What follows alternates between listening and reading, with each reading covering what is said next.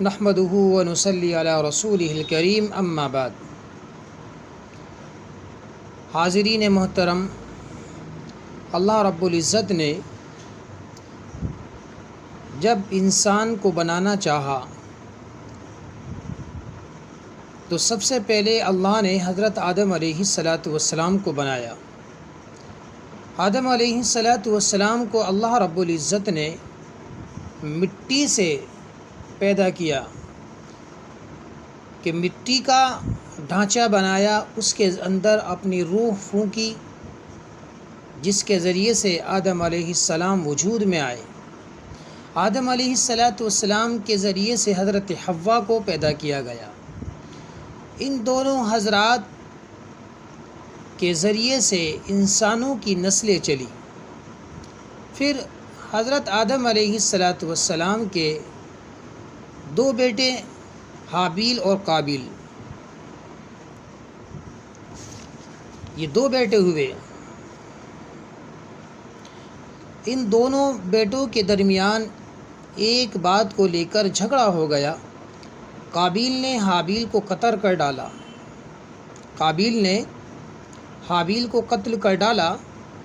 تو یہ قتل ہونا، یہ موت ہونا زمین کے اوپر، یہ پہلی موت تھی، اور اس بارے میں ابھی تک آدم علیہ السلام کی شریعت میں کوئی حکم نہیں ملا تھا۔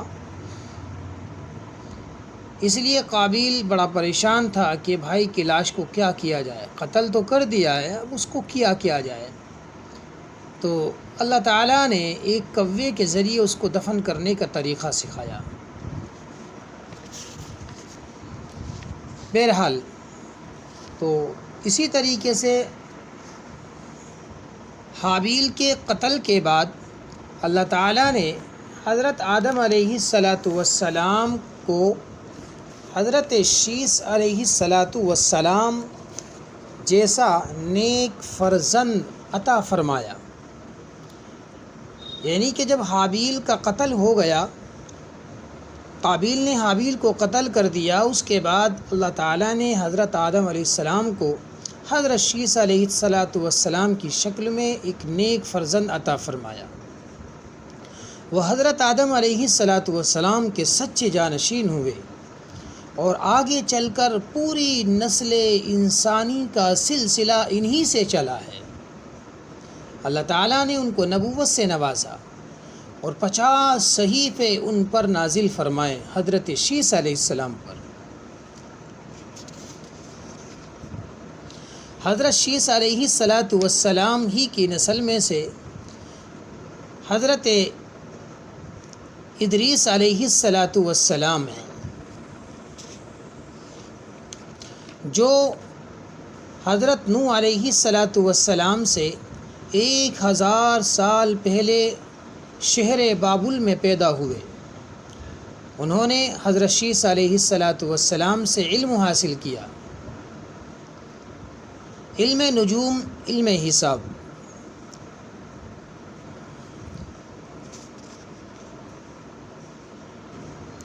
حضرت ادریس علیہ السلام کے بعد آنے والے نبی حضرت نوح علیہ السلام۔ حضرت آدم علیہ السلام کی وفات کے 1000 برس تک لوگ اللہ تعالیٰ کی توحید پر قائم تھے۔ پھر بعض نیک بندوں کے انتقال کے بعد لوگوں نے ان کے مجسمے بنا لیے، اور دھیرے دھیرے ان کی پوجا شروع ہو گئی۔ اس طرح پورے عرب و عجم میں شرک و بت پرستی کی بنیاد پڑ گئی۔ جب اللہ تعالیٰ کی عبادت چھوڑ کر شرک و بت پرستی میں مبتلا ہو گئے، تو ان کی ہدایت کے لیے اللہ تعالیٰ نے حضرت نوح علیہ السلام کو نبی اور رسول بنا کر بھیجا۔ تو حضرت نوح علیہ السلام کا شمار دنیا کے عظیم ترین انبیاء میں ہوتا ہے۔ وہ سب سے پہلے نبی اور رسول ہیں، حضرت نوح علیہ السلام۔ حضرت ادریس علیہ السلام کی تیسری پشت میں حضرت آدم علیہ السلام کے وفات کے 1025 سال بعد دجلہ و فرات کی وادی کے درمیان ملک عراق میں پیدا ہوئے۔ اللہ تعالیٰ نے قرآن پاک میں 43 مقام پر ان کا تذکرہ فرمایا۔ کس کا؟ حضرت نوح علیہ السلام کا۔ بات سمجھنے کی ہے، سمجھیے گا۔ تو قرآن میں 43 مرتبہ اللہ نے ان کا ذکر فرمایا۔ جب لوگوں کی نافرمانی اور بت پرستی دنیا میں عام ہو گئی تو اللہ تعالیٰ نے ان کی ہدایت و رہنمائی کے لیے حضرت نوح علیہ السلام کو نبی بنایا۔ انہوں نے لوگوں کو نصیحت کرتے اور دین کی دعوت دیتے ہوئے فرمایا، تم صرف اللہ کی عبادت و بندگی کرو، وہ تمہارے گناہوں کو معاف کر دے گا۔ اس نصیحت کو سن کر قوم کے سرداروں نے جواب دیا، سنیے گا، ہم تمہیں رسول کیوں مانیں؟ ہم رسول نہیں مانتے کیونکہ تم ہمارے ہی جیسے آدم ہو، کیونکہ تم ہمارے ہی جیسے آدمی ہو، نیز ہم تمہاری پیروی ذلیل و حقیر اور کم درجے کے لوگوں نے کر رکھی ہے۔ تمہاری جو پیروی کر رہے ہیں اور جو تمہارے طریقے پر چل رہے ہیں وہ کیا ہیں؟ وہ ذلیل و حقیر کم درجے کے لوگ ہیں، تو ہم آپ کو نبی کیوں مانیں؟ آپ تو ہمارے درمیان سے ہیں۔ وہی جو سوال جو محمد رسول اللہ سے کیا گیا تھا۔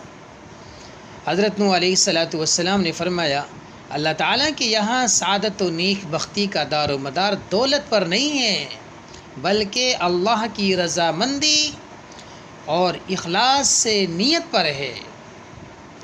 میں تمہیں یہ دعوت مال و دولت کی امید پر نہیں، آپ یہ سمجھ رہے ہیں کہ میں آپ کو مال و دولت کی امید پر خوب جو ہے یہ آپ کو دعوت دے رہا ہوں، نہیں، بلکہ اللہ کے حکم اور اس کی رضا کے لیے میں دے رہا ہوں۔ وہی میری محنت کا اجر و ثواب عطا فرمائے گا۔ مجھے تم سے کچھ نہیں لینا ہے، میرا تو وہی ہے۔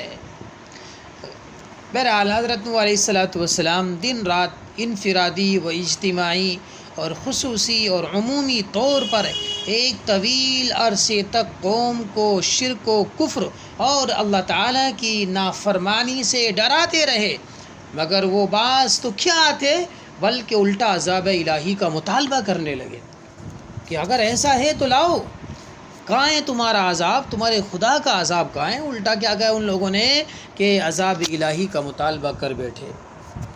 حضرت نوح علیہ السلام 950 سال تک اپنی قوم کو دعوت دیتے رہے اور قوم کے افراد بار بار عذاب الہی کا مطالبہ کرتے رہے۔ ساتھ ہی اللہ تعالیٰ نے حضرت نوح علیہ السلام کو خبر دی کہ اب موجودہ ایمان والوں کے علاوہ کوئی اور ایمان نہیں لائے گا۔ چنندہ لوگ حضرت نوح علیہ السلام پر ایمان لائے تھے، تو اللہ تعالیٰ نے یہ خبر بھی دے دی کہ جو لوگ ایمان لا چکے ہیں ان کے علاوہ کوئی اور ایمان نہیں لائے گا۔ تو انہوں نے دعا کی، نوح علیہ السلام نے، اے اللہ اب ان بدبختوں پر ایسا عذاب نازل فرما کہ ایک بھی کافر و مشرک زمین پر زندہ نہ بچے۔ اللہ تعالیٰ نے ان کی دعا قبول فرما لی اور حکم دیا کہ تم ہماری نگرانی اور حکم کے تحت ایک کشتی تیار کرو۔ نوح علیہ السلام کو یہ حکم دیا گیا۔ چنانچہ حضرت نوح علیہ السلام ایک کشتی تیار کی حضرت نوح علیہ السلام نے، اور پھر اللہ تعالیٰ کے حکم سے زمین و آسمان سے پانی کے دہانے کھل گئے۔ اللہ تعالیٰ نے خوب پانی کے دہانے کھول دیے اور دیکھتے ہی دیکھتے زمین پر پانی ہی پانی جمع ہو گیا۔ جہاں بھی دیکھتے ہر طرف پانی پانی پانی کا طوفان آ گیا۔ اس وقت حضرت نوح علیہ السلام بحکم خداوندی مومنین اور جانداروں میں سے ایک ایک جوڑے کو لے کر کشتی میں سوار ہو گئے اللہ کے حکم سے۔